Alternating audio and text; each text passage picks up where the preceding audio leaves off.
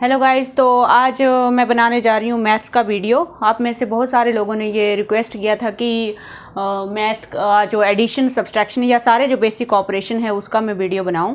तो चलते हैं सबसे पहले एडिशन की तरफ। तो सबसे पहले तो सबको पता है, लेकिन फिर भी मैं बता देती हूँ इसको स्टार्ट कैसे करते हैं एडिशन को। जब आप पहले बच्चे को फर्स्ट टाइम अगर आप एडिशन इंट्रोड्यूस कर रहे हैं तो कैसे स्टार्ट करोगे आप। तो सबसे पहले तो हम लोग सिंपली 1 डिजिट नंबर हम लोग लेते हैं, जैसे 2 + 3 ले लिया, ठीक है। और इससे पहले भी आपको क्या करना है, हर नंबर के सामने, जैसे बच्चे को आपने 1 to 10 सिखा दिए तो 1 के सामने 1 ऑब्जेक्ट, 2 के सामने 2 ऑब्जेक्ट, या सिंपली आप स्टिक्स बनाना सिखा दो। मतलब 1 के सामने 1 स्टिक, 2 के सामने 2 स्टिक, 3 के सामने 3 स्टिक। तो पहले तो आपको ये वाला स्टेप जो है वो क्लियर करना है कि बच्चे को ये वाला स्टेप आना चाहिए, ठीक है।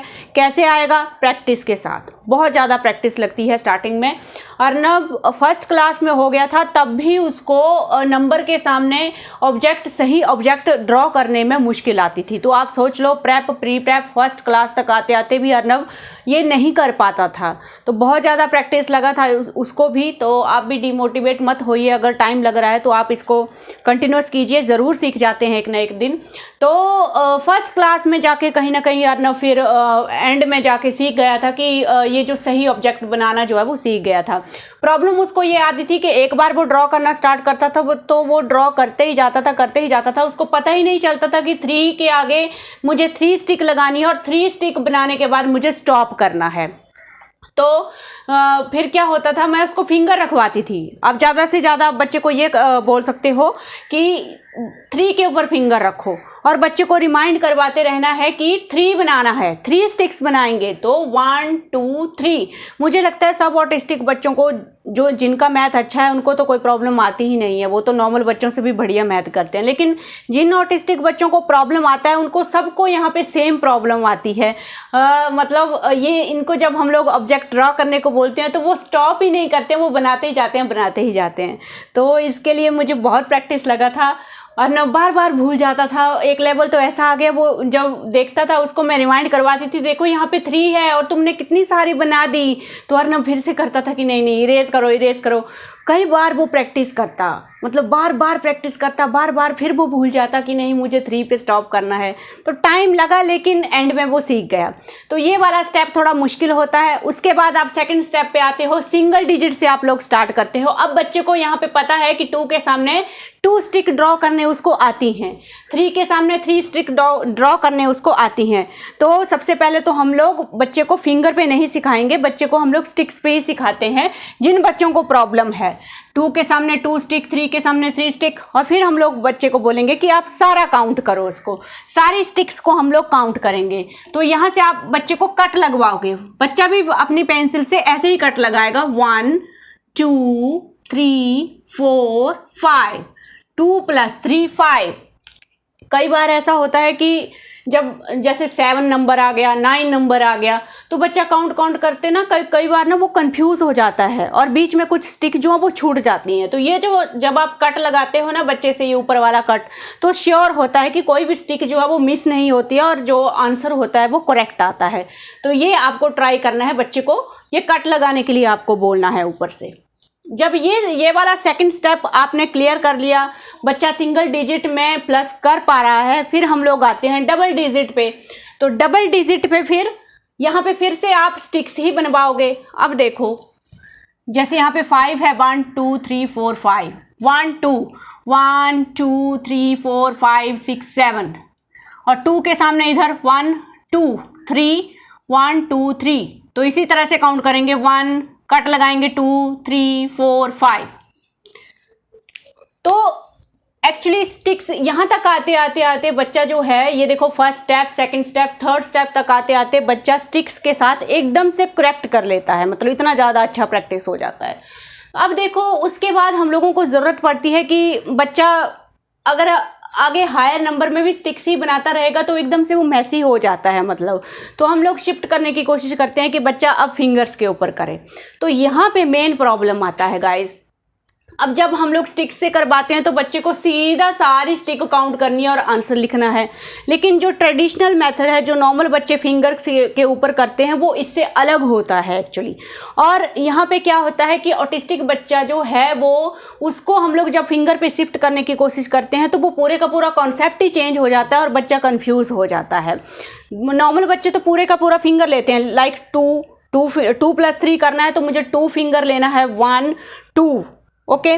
वो वैसा भी नहीं करते हैं। नॉर्मल बच्चे कैसा करते हैं मैं आपको बताती हूँ। ये 3 है, ठीक है, 3 + 2 मुझे करना है, तो नॉर्मल बच्चा क्या करेगा, 3 को अपने माइंड में रखेगा और 2 फिंगर पे लेगा, 1 2। फिर बच्चा जो नॉर्मल बच्चा होता है 3 के बाद काउंट करता है 4 5। तो कुछ इस तरह से नॉर्मल बच्चे जो हैं वो एडिशन करते हैं, लेकिन हमारे बच्चे ये सब नहीं कर पाएंगे क्योंकि हमारा बच्चा इस तरह से करते आ रहा है। तो आप देखिए ये मेथड बिल्कुल डिफरेंट हो जाता है, इसलिए बच्चे आगे नहीं बढ़ पाते हैं और कंफ्यूज हो जाते हैं। मुझे भी एग्जैक्टली सेम प्रॉब्लम आया, अर्नब नहीं कर पा रहा था जब मैं उसको फिंगर पे सिखा रही थी। तो फिर मैंने क्या किया, उसको फिंगर पे शिफ्ट करने के लिए सेम टू सेम ये जो स्टिक्स हैं इनको मैंने चेंज कर दिया। ये जो हमारे हैंड के ऊपर ये जो कट्स होते हैं, एक सेकंड, ये जो हैंड्स के ऊपर कट्स होते हैं मैंने इन स्टिक्स को इसमें चेंज कर दिया, ठीक है। अब सब कुछ वैसे का वैसा ही है। अब मैं आपको बताती हूँ कैसे करेगा वो। फिर सबसे पहले एक और चीज़ आपको करनी है, यहाँ पे फिंगर्स में आपको बताती हूँ कैसे करना है। 2 को हम लोग कर लेंगे टिक। ये टिक क्यों कर रहे हैं हम लोग, क्योंकि अर्नब कंफ्यूज हो जाता था कि एट ए टाइम मैं किस नंबर को प्रोसेस कर रहा हूँ, मैंने कौन सा नंबर लिया है, उसको वो याद ही नहीं रहता था। तो इसलिए उसको मैंने टिक इंट्रोड्यूस करवाया। तो सबसे पहले आप बोलेंगे कि 2 को टिक करो। बच्चे ने 2 को टिक कर लिया। अब हम लोग 2 को फिंगर पे ले लेंगे, 1 2। बच्चा इजीली कनेक्ट कर जाता है कि ये भी स्टिक्स ही हैं, ये भी लाइंस हैं। ये जो जैसे एक फिंगर पे 1 2 3 है तो इजीली कनेक्ट कर जाता है, तो उसके लिए इजी हो जाता है ये चीज़। तो 2 ले लिया मैंने, 1 2। यहाँ पे बच्चे को हम लोग ऐसे फिंगर रखवा देंगे, 1 2। फिर बच्चा क्या करेगा, फिर आप बोलोगे 6 को टिक करो। फिर 6 के बाद काउंट करना है, 6 के बाद 7 8, समझ गए। फिर हम लोग 4 को बोलेंगे कि 4 को टिक करो। 4 को टिक करेंगे, 4 फिंगर पे लेंगे, 1 2 3 4। यहाँ पे 4 आ गया। अब 3 को टिक करो, 3 के बाद 4 5 6 7। तो कहीं ना कहीं ये वाला मेथड जो है वो इजी हो जाता है। बच्चा एज इट इज जैसे कि नंबर लिखे हैं उसी ऑर्डर में उसको प्रोसेस करना है। नॉर्मल बच्चे क्या करते हैं, जनरली वो बिगर नंबर जो है वो उसको माइंड में रखते हैं और 2 को जो है वो फिंगर पे लेते हैं। तो आप अपने बच्चे को ऐसा कुछ लोड नहीं दोगे, जैसे नंबर लिखे हैं उसी डायरेक्शन में, उसी लाइन में हम लोग उनको प्रोसेस करेंगे, कोई कन्फ्यूज़न नहीं होता है बच्चे को। तो ठीक है जी, यहाँ से आपको क्लियर हो गया कि टिक मार्किंग करके कैसे करना है। मैं एक बार फिर से बता देती हूँ आपको। ये जो 2 नंबर है इसको टिक करने को बोलोगे, 2 फिंगर पे लोगे, 1 2 मैंने ले लिया। 2 के बाद सीधा आगे कौन सा नंबर है, आगे 6 नंबर है, 6 को टिक करेंगे। तो 6 के बाद 7 8 नंबर आ गया। अर्नब ने ये 3 स्टेप्स में बहुत ज़्यादा टाइम लगाया, मतलब आप बोल लो कि लगभग 2 ईयर लगा दिए। लेकिन जब इस मेथड से मैंने उसको फिंगर पे जब उसको शिफ्ट किया तो ये मेथड में उसको कोई प्रॉब्लम नहीं आया, मतलब ईजिली सीख गया वो इस चीज़ को। मे भी उसने स्टिक्स को ईजिली कनेक्ट कर लिया, ये जो हमारे कट्स होते हैं फिंगर पे, इसलिए शायद उसको ईजी लगा। और यहाँ पे मैंने उसको टिक मार्किंग करना भी सिखाया तो उसको नंबर का कन्फ्यूज़न भी ख़त्म हो गया कि एट ए टाइम मैं कौन सा नंबर ले रहा हूँ। तो यहाँ पे उसका जो कन्फ्यूज़न है वो काफ़ी हद तक मैंने ख़त्म कर दिया, तो शायद इसलिए वो एडिशन फिर जल्दी सीखा। तो यहाँ पे उसको कोई प्रॉब्लम नहीं आया। अब बात करते हैं कि जब कैरी वाले क्वेश्चन आएंगे तब क्या करेंगे हम लोग। तब भी सेम टू सेम वैसे ही करना है, कुछ चेंज नहीं करना है। 5 को टिक करेंगे, 5 को फिंगर पे लेंगे, 1 2 3 4 5। फिर 6 को टिक करेंगे, 6 के बाद 7 8 9 10 11। अब जब 11 लिखना है, डबल डिजिट ये नंबर है, तो जब भी डबल डिजिट नंबर आएगा तो आपको आदत डलवाना है बच्चे को कि डबल डिजिट नंबर ऊपर से स्टार्ट करना है, 1 1 11। जनरली कई बार बच्चे नीचे से भी स्टार्ट करते हैं, तो आपको वैसे नहीं बोलना है। जब भी डबल डिजिट नंबर आता है तो ऊपर से स्टार्ट करना है। ये चीज़ भी ईजिली आ जाती है बच्चे को। जब इतने सारे स्टेप बच्चा सीख जाता है तो कहीं ना कहीं उसका जो ब्रेन है वो पूरा अलर्ट होता है स्टेप्स को सीखने के लिए। ईजिली ये बच्चा ये चीज़ कर पाता है, इसमें कोई प्रॉब्लम नहीं है, थोड़ा प्रैक्टिस लगता है। तो डबल डिजिट नंबर हम लोग ऊपर से स्टार्ट करेंगे 1, 1, 11। अब देखो आगे क्या करेंगे। अगर आप ऑटिस्टिक बच्चे को ये करने को बोलोगे कि पहले 6 और 7 को प्लस करो और फिर जो आंसर आएगा उसमें 1 ऐड करो, वो नहीं याद रख पाएगा, वो भूल जाएगा, वो 1 को छोड़ देगा। सेम अर्नब के साथ हो रहा था। तो हम लोग क्या करेंगे, हम लोग पैटर्न चेंज नहीं करेंगे, हम वैसे ही लाइन में नंबर को प्रोसेस करेंगे। पहले 1 को, 6 को और 7 को। तो 1 को टिक करवाएंगे, फिर 1 फिंगर पे ले लो। अब तो अर्नब 1 + 6 7 ईजिली कर लेता है, लेकिन स्टार्टिंग में नहीं कर पाता था। तो स्टार्टिंग में वो इसको भी 1 को भी फिंगर में लेता था और फिर 6 के बाद 7, सिंपल। फिर 7 वो यहाँ पे लिखता है, बीच में लिखता है 7, फिर 7 को टिक करता है। 7 को हम लोग फिंगर पे लेंगे 1 2 3 4 5 6 7, 7 + 7, 7 के बाद 8 9 10 11 12 13 14। इसमें आप देख रहे हो कोई कंफ्यूजन नहीं है। जैसे वो बिना कैरी वाले क्वेश्चन कर रहा था, कैरी वाला क्वेश्चन भी सेम टू सेम वो वैसे ही करेगा। एक ही चीज उसमें याद रखनी है कि डबल डिजिट नंबर जो है वो ऊपर से लिखना है, 1 1 11, ठीक है। तो इस मेथड से जब ऑटिस्टिक बच्चे को आप एडिशन करने के लिए बोलते हो ना, तो अभी 4 डिजिट नंबर आ जाए, 5 डिजिट नंबर आ जाए, या नीचे को मतलब इस तरह से क्वेश्चन आ जाए 47 + 78 + 30 + 60, कैसे भी नंबर आ जाए ना, उसको कंफ्यूजन नहीं होगा, क्योंकि उसको सेम ही मेथड फॉलो करना है। 7 + 8 करके वो यहाँ पे लिखेगा। अब 0 है तो सीधा 13 में जाएगा, तो 1 ऊपर जाएगा। फिर 1 + 4 वो फिंगर पे करके 5 लिखेगा। फिर 5 + 7 वो 12 आएगा, तो 12 यहाँ पे लिख सकता है वो। तो बोलने का मतलब ये है कि जो हमारे ऑटिस्टिक बच्चे होते हैं वो मतलब जब भी बीच में कुछ चेंज आता है तो उनके लिए डिफ़िकल्ट हो जाता है उसको कैरी करने के लिए। तो आप हो सके तो जब भी आप मैथमेटिकल ऑपरेशन जब बच्चे को सिखाते हो तो एक तो आप कुछ साइन रखो जिससे कि उसका बच्चा अलर्ट रहे, जो कि मैं टिक मार्क यूज़ कर रही हूँ, ताकि वो नंबर्स के बीच में, क्योंकि बाद में बहुत बड़े बड़े क्वेश्चन आते हैं, जैसे अभी अर्नब को आ रहे हैं 4 डिजिट 5 डिजिट तक नंबर आ रहे हैं। तो अभी अर्नब बिल्कुल कंफ्यूज नहीं होता है, क्योंकि वो सिंपली टिक मार्किंग करता है। उसको पता होता है कि एट अ टाइम मैं कौन सा नंबर ले रहा हूँ, इसके बाद मुझे कौन सा लेना है। तो मुझे आगे बिल्कुल प्रॉब्लम नहीं आई इस प्रोसेस से। तो ये आपको एक बच्चे को साइन देना है और बाकी पैटर्न चेंज मत करो उसको, ठीक है। तो मुझे लग रहा है एडिशन इस हिसाब से आप करोगे तो बिल्कुल भी टफ नहीं होगा। तो आई थिंक आपको ये समझ में आ गया होगा। अब चलते हैं सब्सट्रैक्शन की तरफ। सब्सट्रैक्शन भी सेम ही है। सब्सट्रैक्शन भी जब आप सिंगल डिजिट में करते हो 5 - 2, तो सबसे पहले आप स्टिक्स बनवाते हो बच्चे से 1 2 3 4 5। बस माइनस में क्या होता है कि हम लोगों को वो ऑब्जेक्ट जो है जैसे 2 है, इसको हम लोगों को रिमूव करना होता है, यानी कि लेस करना होता है, उसको ऐड नहीं करना होता है।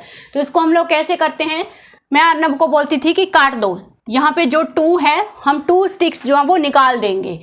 1, ऐसे अर्नब ऐसे करता था, फिर से वो कट लगाता था 1 2, फिर बोलता था कि 2 निकल गया। ये जो माइनस का निशान मैं लगा रही हूँ, यहाँ से बच्चे को याद रहता है कि माइनस में हम लोग निकालते हैं ना कि ऐड करते हैं। तो 5 - 2, मैंने 2 स्टिक्स को पहले आप कट लगाओगे ऊपर, ठीक है। ये जो छोटे छोटे साइन मैं आपको बता रही हूँ ना, ये कट लगाना है और यहाँ पे टिक मार्किंग करनी है। ये कहीं ना बच्चे को मतलब डिस्ट्रैक्ट नहीं करते हैं, मतलब कंफ्यूज नहीं करते हैं, और बच्चे का ब्रेन बिल्कुल अलर्ट रहता है इस केस में। तो ये जो है फिर सिंपली हम लोग फिर से काउंट करते हैं 1 2 3 बच गया।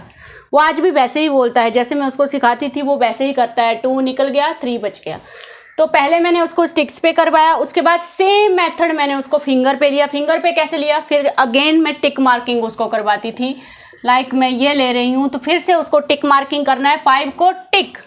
तो 5 जिसको मैंने टिक किया वो मैं फिंगर पे लूँगा, 1 2 3 4 5, तो वो 5 फिंगर पे ले लेगा। नेक्स्ट 2 को टिक करो, -2, मतलब मुझे 2 को क्या करना है, मुझे 2 को निकालना है। कैसे निकालेंगे, 1 2 2 निकल गया, वो ऐसे ही फिंगर से निशान बनाता है, ऐसे 1 2 2 निकल गया, 1 2 3 3 बच गया। तो कुछ इस तरह से वो करता है। अगेन 7 को टिक करेंगे, 1 2 3 4 5 6 7 -3 3 को टिक करेंगे, 3 निकाल देंगे, 1 2 3 3 निकल गया, कितना बचा 1 2 3 4। तो यहाँ पे आप देख रहे हो जैसे कि वो स्टिक्स बना के कर रहा है, सेम मेथड वो फिंगर पे भी कर रहा है। फिंगर पे उसकी ये लाइंस हैं, ये मैं आपको बता रही हूँ, ये लाइंस हैं उसकी, तो उसको कंफ्यूजन नहीं हो रहा है, उसको स्टिक्स से फिंगर पे शिफ्ट करने में कोई प्रॉब्लम नहीं आएगी। तो ये चीज़ आप करके देखो। नेक्स्ट अब आता है कि जब स्मॉल नंबर ऊपर है और बिगर नंबर नीचे है, तब कैसे हम लोग माइनस करेंगे, यानी कि रीग्रुपिंग कैसे करते हैं। 5 और 3 -4 5। तो स्टार्टिंग में मैंने अर्नब को बिगर और स्मॉलर नंबर सिखाने की कोशिश की, वो काफ़ी लेट सीखा, आज भी वो कंफ्यूज हो जाता है उस चीज़ में। लेकिन जब माइनस में मुझे ज़रूरत पड़ा कि उसको समझ में आए कि ऊपर स्मॉल है और बिगर नंबर स्मॉल से नहीं निकलेगा, वो नहीं समझ पा रहा था। उसने कुछ टाइम वो वैसे ही करना स्टार्ट कर देता था, 3 को टिक करेगा 1 2 3 और 3 में से फिर 5 को निकालने की कोशिश करता था, वो 1 2 3, फिर उसको समझ में नहीं आता था कि मैंने तो 3 ही लिया है और 5 तो इससे भी आगे जा रहा है। बार बार करते करते मैं उसको समझाती भी गई, लेकिन वो अपनी गलतियों से ये चीज़ सीखा। उसको फिर मैंने बोला कि जब वो रुक जाता था कि अब क्या हो रहा है, मेरा 5 तो 3 से भी निकल गया, तो मैं 5 को 3 से कैसे निकालूंगा। ये चीज़ गाइज उसने अपनी मिस्टेक्स कर करके सीखी है कि जब भी ऐसा नंबर आता है, उसके बाद एक्चुअली उसको स्मॉलर और बिगर नंबर का कॉन्सेप्ट भी समझ में आ गया कि ऊपर 3 है और 5 नहीं निकलेगा इसमें से। तो वो एकदम से बोलता है, रीग्रुपिंग वर्ड वो यूज़ करता है, ग्रुपिंग करेंगे तो एकदम से देख लेता है कि 3 ऊपर है 5 है। अभी उसको कन्फ्यूज़न नहीं होता है, अभी उसको आइडिया लग जाता है, वो सीधा माइनस देखता है और सीधा बोलता है कि ग्रुपिंग करना है इधर। तो बच्चे को अगर स्मॉलर बिगर नंबर पता है तो आप सीधा ही बोल सकते हो, नहीं भी है तो उसको मिस्टेक करने दो, उसको समझ में आ जाएगा कि 3 में से 5 नहीं निकलेगा। तो पहले तो आप उसको प्रॉपर, आप उसके ऊपर बर्डन नहीं डालोगे कि वो देखे कि कौन से क्वेश्चन में ग्रुपिंग करनी है। आप खुद ही पहले तो उसको, आपको रीग्रुपिंग का कॉन्सेप्ट समझाना है कि रीग्रुपिंग कैसे करना है मुझे। तो 3 को काटेंगे, 3 का बनेगा 13, जैसे यहाँ पे 2 हो तो 2 का 12 बनेगा, 5 है तो 5 का 15 बनेगा, ठीक है। ये सब चीज़ ऑटिस्टिक बच्चों को आप बोलोगे तो शायद समझ में नहीं आती है, लेकिन प्रैक्टिस के साथ वो बच्चे सीख जाते हैं इस चीज़ को, और अर्नब भी ऐसे ही सीखा। तो यहाँ से जनरली नॉर्मल बच्चों को पता होता है कि इधर से बन जाता है और फिर यहाँ पे 13 बनता है, लेकिन ऑटिस्टिक बच्चों को ये चीज़ समझ में नहीं आती है, खासकर जिनको मैथ में प्रॉब्लम होती है। तो उसको सिंपली वो यहाँ से देखता है कि जो भी नंबर यहाँ पे है मुझे उसके साथ 1 लगाना है, उसको मुझे डबल डिजिट बना देना है, और जो भी नंबर यहाँ पे है उसके पीछे वाला नंबर मुझे लिखना है। एक्चुअली उसको बैक कॉन्सेप्ट भी पता नहीं चलता है, वो सिंपली देखता है कि 5 से पहले 4, वो इस तरह से, वो कैसे प्रिडिक्ट करता है, वो ऐसे करता है 4 5, मतलब जब नंबर का ऑर्डर होता है 1 2 3 4 5, तो मुझे इसका ऑर्डर वैसे ही रखना है, पहले 4 आएगा फिर 5 आएगा। उसके दिमाग में एक्चुअली वो कॉन्सेप्ट है, वो बैक वाला कॉन्सेप्ट उसको नहीं है कि यहाँ से 5 से 1 निकल गया तो यहाँ पे 4 बच गया, वो उसके दिमाग में नहीं है। लेकिन हम लोगों को क्या प्रॉब्लम है, क्वेश्चन आना चाहिए चाहे वो उसका कॉन्सेप्ट कैसा भी हो। तो ये चीज़ जो है आपको बोलना है कि हाँ, आप 5 से बिफोर 5 वाला नंबर आप यहाँ पे लिखो, या सिंपली आप बच्चे को बोलो 1 2 3 4 5, तो 5 से पहले 4। तो इस तरह से आप लोग बच्चे को ये चीज़ समझाओगे, और आपको पर्टिकुलर वर्ड बच्चे को बताना है, ताकि नेक्स्ट टाइम आप जब उसको इंस्ट्रक्शन दो, रीग्रुपिंग करो, ये क्वेश्चन में रीग्रुपिंग होगा, रीग्रुपिंग करो, तो दिमाग में वो चीज़, रीग्रुपिंग वर्ड जो है वो आपको, या रीअरेंज भी बोलते हैं इसको, या रीग्रुपिंग भी बोलते हैं इसको, ये जो है वो वर्ड आपको दिमाग में डालना है। अभी अर्नब जब भी वो देखता है तो मुंह से बोलता है रीग्रुपिंग करना है, रीग्रुपिंग करेंगे, ठीक है। तो ये कुछ वर्ड्स जो है वो बार बार बोलते रहना है ताकि दिमाग में चले जाए, ताकि उसको पता चले कि ये जो प्रोसेस है इसका नाम क्या है, इसको बोलते क्या है, तभी तो आप उसको इंस्ट्रक्शन दे पाओगे नेक्स्ट टाइम। तो ये आप इस तरह से करोगे। अब देखो 13 नंबर है, नॉर्मल बच्चे कुछ और तरीके से करते हैं, वो तो आप सबको भी पता है क्योंकि आप खुद एक नॉर्मल चाइल्ड थे बचपन में। मैं आपको बताती हूँ कि ऑटिस्टिक बच्चा कैसे करेगा। अब मुझे फिर से उसका ये वाला जो ट्रैक है वो मुझे चेंज नहीं करना है क्योंकि वो कंफ्यूज हो जाएगा। मुझे सेम पैटर्न रखना है जैसे मैंने एडिशन के क्वेश्चन में किया, मुझे यहाँ पर भी सेम पैटर्न रखना है। तो वो सीधा 13 फिंगर, यहाँ पे मैंने उसको बोला भी नहीं कि क्या करना है, वो सेम टू सेम जैसे पैटर्न ऊपर कर रहा था ना, वो उसने वैसे ही करना स्टार्ट कर दिया। उस चीज़ को बोलने का ज़रूरत पड़ा ही नहीं। तो 13 उसने सीधा फिंगर पे 13 ले लिया। 1 2 3 4 5 6 7 8 9 10 11 12 13 सीधा उसने फिंगर पे ले लिया और वैसे ही कर दिया जैसे वो यहाँ पे कर रहा था। सीधा उसने 5 को निकाल दिया। 1 2 3 4 5 निकल गया। 1 2 3 4 5 6 7 8 बच गया। तो यहाँ पे कुछ ऐसा हुआ कि मुझे बताना ही नहीं पड़ा कि क्या करना है। ऑलरेडी वो समझ गया था कि एडिशन का भी सेम पैटर्न होता है तो माइनस का भी सेम पैटर्न रहेगा। तो यहाँ पे फिर से 4, यहाँ पे 5 पे टिक करवाना है। जब बोलेंगे कि 5 निकल गया, फिर से 4 को टिक करेंगे। 1 2 3 4 -4 निकालना है। कई बार बच्चे कंफ्यूज हो जाते हैं कि वो ना याद ही नहीं रख पाते हैं कि यहाँ पे मुझे माइनस करना है या प्लस करना है। अर्नब के दिमाग से भी ये बात निकल जाती थी। वो यहाँ पे ना एडिशन ही करने लग जाता था। मुझे बार बार रिमाइंड करवाना पड़ता था कि ये क्या है, माइनस है, माइनस में क्या करते हैं, निकालते हैं। तो अभी उसको पूरा वो कर करके दिमाग में बैठ गया कि नहीं, माइनस में मुझे निकालना है। तो ये चीज़ भी आप देखोगे, आपका बच्चा कंफ्यूज होगा। लेकिन मैं अगेन बोल रही हूँ कि प्रैक्टिस के साथ परफेक्टली सीख जाते हैं, जैसे कि अर्नब सीख गया इस चीज़ को। 4 निकालेंगे। 1 2 3 4 निकल गया, कुछ नहीं बचा। जीरो का कॉन्सेप्ट मैंने अर्नब को कैसे सिखाया। मैं हमेशा बोलती थी जीरो मीन्स कुछ नहीं। वो अपने दिमाग में यही अब उसके दिमाग में बैठा है कि जब भी कुछ नहीं बच रहा है तो मुझे जीरो लिखना है। उसके दिमाग में हमेशा ये चीज़ बैठी होती है। मैं जब स्टार्टिंग में उसको मैं रिमाइंड करवाती थी, जीरो मीन्स कुछ नहीं, अगर कुछ भी नहीं है तो मुझे जीरो लिखना है। 4 में से मेरी 4 स्टिक्स निकल गई, कुछ नहीं बचा आगे, तो मुझे जीरो लिखना है यहाँ पे। तो ये डिपेंड करता है कि जब आप करवा रहे हो तो कौन कौन से वर्ड्स बच्चे के दिमाग में फिक्स बिठाने हैं। आपको बच्चे को जो है ना, वो मेमोरी जो क्ल्यू होते हैं वो आपको बच्चे को प्रोवाइड करवाने हैं। जब भी माइनस करवा रहे हो तो बार बार रिमाइंड करवाना है कि माइनस में निकालते हैं, माइनस में निकालते हैं। यहाँ पे आप रीग्रुपिंग करो, यहाँ पे टिक मार्किंग करो। अगर आप पैटर्न सेम रखते हो, बच्चे को कितना भी बड़ा डिजिट का, मल्टीपल डिजिट का नंबर आ जाएगा, नॉर्मल बच्चा कंफ्यूज हो जाएगा, लेकिन ऑटिस्टिक बच्चे कंफ्यूज नहीं होंगे अगर आप पैटर्न सेम रखोगे। उनके लिए 2 digit number, double digit number भी सेम है, ट्रिपल डिजिट नंबर भी सेम है, मल्टीपल डिजिट नंबर भी सेम है। वो सेम पैटर्न फॉलो करेंगे, उनको कोई मुश्किल नहीं आएगी उस चीज़ में, क्योंकि वो उसमें पूरा मास्टरी कर लेते हैं। जैसे कि अर्नब ने पूरा इसमें मास्टरी कर लिया है। मतलब अभी भी हो सकता है कि अर्नब को एडिशन और सब्सट्रैक्शन का जो कॉन्सेप्ट है वो इतना समझ में ना आता हो, मे बी, बट वो स्टेप्स को फॉलो करना जो है वो परफेक्टली सीख गया है। और यही हम लोग करते हैं, चाहे हम ऑटिस्टिक बच्चों को कुछ भी चीज़ सिखाते हैं।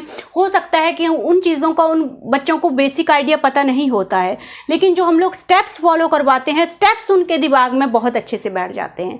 तो इसलिए मैं बोल रही हूँ, स्टेप्स वाला मेथड फॉलो कीजिए, कुछ भी चेंज मत कीजिए। तो फिर बाद में जैसे देखो, अभी आप रीग्रुपिंग, कुछ दिन तो आपको रीग्रुपिंग का ही कॉन्सेप्ट सिखाना है। मतलब बच्चे को ये चीज़ सिखानी है, 3 का 13 बनेगा, 5 में से 4, 5 से 1 निकलेगा तो 4 बचेगा। यही चीज़ प्रैक्टिस करवाना है, करवाते रहना। फिर बाद में जाके आप मिक्स्ड क्वेश्चन दोगे जिसमें रीग्रुपिंग नहीं है और जिसमें रीग्रुपिंग है, वो आप मिक्स्ड क्वेश्चन दोगे। फिर देखना है कि बच्चे को आइडिया लग रहा है या नहीं लग रहा है, या बीच बीच में फिर आप रिमाइंड करवाओगे उस चीज़ को। देखो, बोल के कुछ समझ में नहीं आता है इनको। जो भी आप कुछ सिखाओगे वो प्रैक्टिस से ही सिखाओगे, और ये अपने एक्सपीरियंस से सीखते हैं कि हाँ, यहाँ पे 3 में से 5 में नहीं निकाल पा रहा हूँ, इसका मतलब जो मम्मी ने अल्टरनेट मेथड मुझे दिया था रीग्रुपिंग, वो चीज़ यहाँ पे अप्लाई हो सकती है। तो टाइम के साथ साथ बच्चा खुद समझने लग जाता है कि यहाँ पे रीग्रुपिंग के अलावा माइनस नहीं होगा, मुझे रीग्रुपिंग करना पड़ेगा। तो आई थिंक ये एडिशन और सब्सट्रैक्शन तो मैंने अभी बता दिया। और एक और बात, एडिशन सब्सट्रैक्शन में मुझे बहुत टाइम लगा, लेकिन मल्टीप्लाई में मुझे टाइम नहीं लगा गाइस, बहुत अच्छे तरीके से उसने सीख लिया। मल्टीप्लाई कैसे सिखाना है, 35 मल्टीप्लाई 2। तो यहाँ पे बच्चे को पहले तो टेबल आने चाहिए, ऑब्वियसली अंडरस्टूड है। अर्नव को पूरे टेबल आते हैं, 1 to 10 पूरे टेबल बोलता है वो। उसका आप चार्ट बना के रख लो घर में। डेली सुबह बच्चे को वो रीड करने को बोलो, रीड करने को बोलो, ईजिली सीख जाते हैं। मैंने कभी नहीं सोचा था कि अर्नव टेबल इतनी ईजिली याद कर पाएगा। तो यही मेथड मैंने फॉलो किया था, एक बड़ा सा चार्ट बना के उसको हम लोग डेली रिवाइज करवाते थे, वो सीख गया। तो लाइक यहाँ पे अगर सिंपल है, देखो सिंपल है तो कोई प्रॉब्लम ही नहीं है, तो प्रॉब्लम ही नहीं है। बच्चे को पता है बार बार बुलाना है। अभी यहाँ पे मैंने उसको टिक मार्किंग की मुझे ज़रूरत नहीं पड़ी, क्योंकि अभी उसको आइडिया लग गया था कि कैसे करना है। लेकिन फिर भी आपका बच्चा कंफ्यूज होता है, तो यहाँ पे भी आप टिक मार्किंग करा लो कि 2 3 जा 6। अब ये लेना है 2 3 जा 6, यहाँ पे भी टिक मार्किंग करा सकते हो। अब देखते हैं जिसमें कैरी आएगा उसको कैसे करेंगे। सेम 2 2 1 जा 2, 2 2 जा 4, उसको बोलना है कि 2 का टेबल बोलो और 5 तक स्टॉप करना है, ठीक है। उसको हम लोग, जब मैंने उसको टेबल याद करवाया तो हम लोग यहाँ पे फिंगर पे लिखते थे 1 2 3 4 5, इसकी फिंगर पे लिख देते थे हम लोग 6 7 8 9 ऐसे टिप पे। जब वो याद करता था तो ऐसे याद करता था। यहाँ पे 1 2 3 4 5 6 7 8 9 उसकी फिंगर पे लिख दो। 2 1 जा 2 और 2 यहाँ सेंटर पे लिख दो, 2 यहाँ सेंटर पे लिख दो। 2 1 जा 2, 2 2 जा 4, 2 3 जा 6, 2 4 जा 8, 2 5 जा 10। बहुत ईजिली कनेक्ट कर पाते हैं, ये आप पक्का फॉलो करके देखना, टेबल बहुत अच्छे से याद हो जाते हैं इस मेथड से। तो यहाँ टिप पे आप लिख दो और जो जिसका टेबल है वो सेंटर में लिख दो। तो अब 2 5 जा, उसको डायरेक्ट नहीं बोलना है, करने को नहीं आएगा उसको। तो अर्नव भी पूरा बोलता है 2 1 जा 2, 2 2 जा 4, 2 3 जा 6, 2 4 जा 8, 2 5 जा 10। तो फिर अगेन जैसे आपने एडिशन में बच्चे को सिखाया था, अर्नव इसीलिए कंफ्यूज नहीं हुआ क्योंकि उसको ऑलरेडी पता था कि डबल डिजिट नंबर है तो मुझे ऊपर से लिखना है, इसलिए उसको मल्टीप्लाई में प्रॉब्लम नहीं आया, क्योंकि टेबल उसको आते थे। डबल डिजिट का उसको एडिशन में आइडिया था, इसलिए वो मल्टीप्लाई जल्दी सीख गया। यहाँ पे अगेन 1 को टिक। अब नॉर्मल बच्चे क्या करते हैं, 2 4 जा 8 करते हैं, 8 + 1 9 करते हैं, सीधा करते हैं। लेकिन अगर आप ऑटिस्टिक बच्चे को बोलोगे तो या तो वो 2 1 जा 2 ही कर देगा, या फिर वो 2 4 जा 8 लिख देगा और 1 को जो है वो भूल जाएगा उसमें ऐड करना, ठीक है। तो अगेन हम लोगों को कुछ मेमोरी क्लू उसको प्रोवाइड करवाना पड़ेगा। तो जो भी कैरी ऊपर आ रहा है उसको आप टिक लगाओगे और बच्चे को बोलोगे उसको फिंगर पे लेना है। तो 1 को टिक, 1 फिंगर पे उसने ले लिया, ऑलरेडी पहले ही ले लिया। और यहाँ पे देखो मैं पैटर्न चेंज नहीं कर रही हूँ, उसका जो नंबर पहले है उसी को प्रोसेस कर रही हूँ। 1 मैंने फिंगर पे ले लिया, 1 को टिक करके मैंने 1 को फिंगर पे ले लिया। अब अर्नव भूलेगा नहीं इस चीज़ को। तो 2 4, 2 1 जा 2, 2 2 जा 4, 2 3 जा 6, 2 4 जा 8, 8 के बाद 9। अब आप समझ रहे हो कि अर्नव को मल्टीप्लाई में प्रॉब्लम क्यों नहीं आया, क्योंकि सारे स्टेप्स उसने कहीं ना कहीं पहले ही सीख चुका था वो एडिशन में। तो ये जो 1 है इसको आपको पहले ही टिक करवा लेना है ताकि बच्चा ये जो कैरी है इसको मिस ना कर जाए। और नॉर्मल बच्चे तो 1 लिखते भी नहीं है ऊपर, उनको ऑलरेडी दिमाग में रख लेते हैं वो लोग। तो हम लोग तो वैसा कर नहीं सकते हैं क्योंकि वो तो भूल जाएंगे। At a time only 1 step उनके माइंड में रहता है, ये बात आप याद रख लो। मल्टीपल स्टेप्स जो है वो याद रखना मुश्किल होता है ऑटिस्टिक बच्चों के लिए, तो इसलिए मैं इसको पहले ही प्रोसेस कर ली हूँ ताकि वो उसको मिस ना करे। फर्दर अगर डबल डिजिट नंबर आता है, ऊपर डबल डिजिट है नीचे डबल डिजिट है, तो क्या करोगे, 5 5 जा 25। ओके रुको अर्नव, 5। अब देखो 2 को फिर टिक, 1 2 क्या हुआ, हाँ अब बाहर जाओ तुम, इसको बुलाओ बाहर। तो 2 मैंने फिंगर पे ले लिया, पहले ही ले लिया मैंने 2 फिंगर पे। तो अब 5 4 जा 20, 20 के बाद 21 22, ठीक है। यहाँ पे हम लोग क्रॉस लगाएंगे, बच्चे को ये प्रैक्टिस से हमेशा याद हो जाता है बार बार जब आप कराते हो कि जब मुझे सेकंड लाइन पे जाना है तो मुझे क्रॉस लगाना है। अब देखो 2 5 जा 10, स्टार्टिंग में वो कंफ्यूज हुआ लेकिन टाइम के साथ वो प्रैक्टिस के साथ सीख गया इस चीज़ को। 2 5 जा 10, अब 10 कैसे लिखेंगे, तो अगेन 10 जाएगा यहाँ पे, देखने में ये टिपिकल लग रहा है, लेकिन जब वो इतनी सारी प्रोसेस कर लेता है, एडिशन, सब्सट्रैक्शन, सिंपल मल्टीप्लिकेशन, तो एक लेवल पे जाके आपके लिए भी सिखाना इजी हो जाता है और बच्चे के लिए भी समझना इजी हो जाती हैं ये चीज़ें। तो अब 1 को मैं फिर से टिक कर लूँगी, 1 मैंने फिर से ले लिया है, मुझे इसको मिस नहीं करना है। फिर से मैंने फिंगर पे, जिसको मैं टिक कर रही हूँ वो मुझे फिंगर पे ले लेना है। 1 मैंने फिंगर पे ले लिया। अब 2 4 जा 8, 8 के बाद 9, और यहाँ पे तो आपको यहाँ पे लिखवाना है कि प्लस करो, प्लस तो बच्चे को आता है, उसमें तो कोई प्रॉब्लम नहीं है। तो यहाँ पे एक और चीज़ आप कर सकते हो। यहाँ पे अर्नब कहाँ कंफ्यूज हुआ था, वो समझ नहीं पा रहा था कि जब डबल डिजिट है नीचे भी, तो वो कंफ्यूज हो रहा था, क्योंकि मैं यहाँ पे टिक में नहीं लगवा रही थी, उसको मैं चाहती भी नहीं थी कि लगाऊं। मैं सोच रही थी कि इस बार में वो इंडिपेंडेंट कर सके, टिक ना लगाए। तो उसको मैं क्या बोलती थी, 5 को सर्कल कर लो। पहले हम लोग 45 को 5 से मल्टीप्लाई करेंगे, 5 5 जा 25, 5 हो जा 20, ये हो गया। सेकंड टाइम मैं 2 को सर्कल करूंगा और 2 से मल्टीप्लाई करूंगा, 2 5 जा 10, 2 4 जा 8, जो भी है जैसे मैंने करवाया। तो यहाँ पे आप सर्कल करवा लो ताकि बच्चा कंफ्यूज ना हो। वो स्टार्टिंग में क्या कर रहा था, 5 5 जा 25 कर रहा था और 2 4 जा 8 कर रहा था, ठीक है। तो जब उसको याद हो गया कि जिस नंबर को मैंने सर्कल किया है, पहले मुझे दोनों नंबर को उससे मल्टीप्लाई करना है, ठीक है। तो ज़रूरी नहीं है कि जो मेमोरी क्लू मैं बच्चे को दे रही हूँ आप अपने हिसाब से करो, लेकिन अगर बच्चे को स्टेप्स याद रखने में प्रॉब्लम आ रहा है तो आपको कहीं ना कहीं ये जो मेमोरी क्लू हैं ये बच्चे को देने पड़ेंगे। और एक लेवल के बाद क्या होता है ना, बच्चे को फिर बाद में ज़रूरत नहीं पड़ती है। अब मैं बिना टिक के भी अर्नब को करवा लेती हूँ उस चीज़ को। तो धीरे धीरे आप शिफ्ट कर सकते हो, बाद में आप इनको उड़ा दो, कोई प्रॉब्लम नहीं है, लेकिन स्टार्टिंग में ये चीज़ बहुत ज़रूरी है। तो आई थिंक कि देखने में जब मैंने अपने हस्बैंड को ये मेथड बताया था तो स्टार्टिंग में तो उनको लगा कि नहीं ये तो बहुत डिफ़िकल्ट मेथड है, एक नॉर्मल पर्सन के लिए ये बहुत डिफ़िकल्ट मेथड है। एक अगर नॉर्मल बच्चे को भी आप बिठाओगे तो वो शायद इसको डिफ़िकल्ट समझे, लेकिन अपने एक्सपीरियंस से मैंने देखा है कि जब इस तरह का मेथड जो है वो ऑटिस्टिक बच्चों के केस में बहुत अच्छा काम करता है। मेरे हस्बैंड को आज भी समझ में नहीं आता है, कभी कभी वो कंफ्यूज हो जाते हैं कि ये किस तरह से प्लस और माइनस कर रहा है, क्योंकि हम नॉर्मल हैं, ठीक है, तो हम लोग तो ऐसे नहीं करते हैं, ठीक है।